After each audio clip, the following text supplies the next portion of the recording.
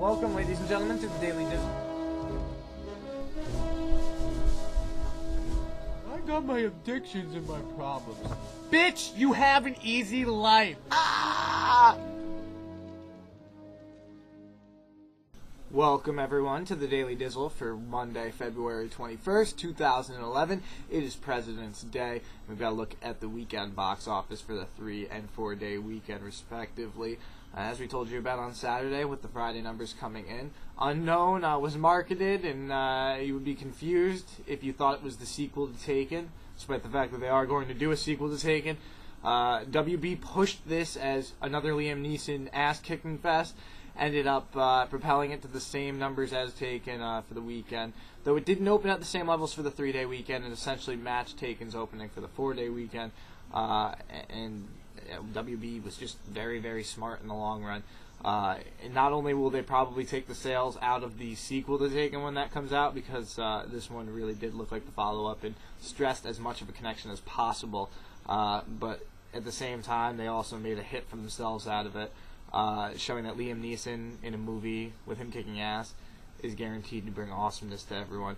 As we said, it opened to just under $22 million for the weekend, if you're looking at the standard 3 days, and it opened to $25.5 million if you're looking at the 4-day numbers. So quite impressive. Liam Neeson is going to be building up quite the leading man streak at this point if he keeps doing these kind of numbers in all his action movie fests, though he's a little bit older, so you wonder how much of these he really has left. Meanwhile, I am number 4. It was expected to open as a franchise. A lot of people are calling it Flashlight Hands, the movie, but it really didn't pay off for it in the long run.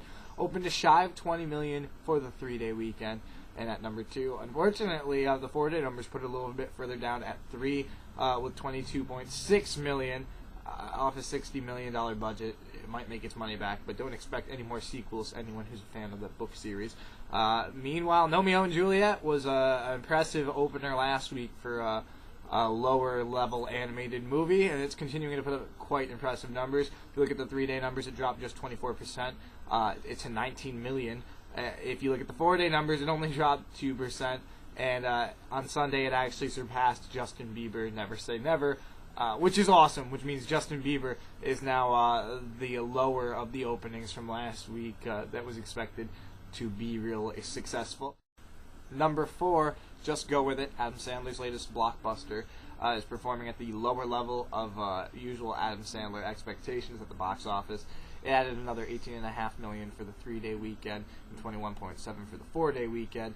It sits at $64 million, which is about $10 million behind 50 First Dates at the same point. And considering that they were kind of released in the same pattern, and just looking at attendance sets it further back, it's not the usual high levels. In fact, it's his least attended picture since Little Nicky, which so far remains kind of the bottom line for Adam Sandler movies at this point when it comes to his live-action comedies. So, at the very least, it will still probably make $100 million since Adam Sandler is expected to perform in that range. Meanwhile, Big Mama's showing that fatsuit comedies have kind of reached their peak, especially ones on franchises that people didn't really ask for to begin with. Added just over $16 million for its 3-day opening, $19 million if you're looking at the 4-day estimates. It's going to make money in the long run, but still, why did they make it? Meanwhile, Justin Bieber, luckily, is pushed out of the top 5. He's crossing $50 million by the 4-day weekend end, but we're just happy to see that he's not making as much money as expected. And other notable news from the weekend, the Oscar contenders are getting a little bit more steam, as The King's Speech and Black Swan both crossed $100 million for the weekend.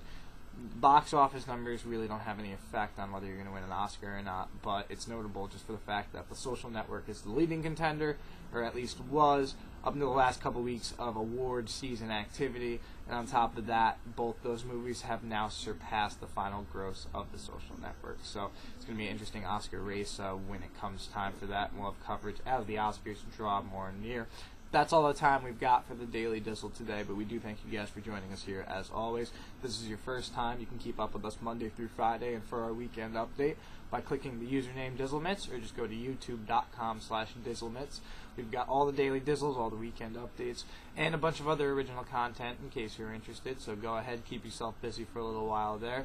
We'll have the actual numbers tomorrow for the 4-day weekend. We'll see if Nomeo and Juliet was able to make a strong run for the top, or if Unknown was able to keep on the top spot. So as always, for the Daily Dizzle, I'm Tommy Dizzlemits. We'll see you here Tuesday.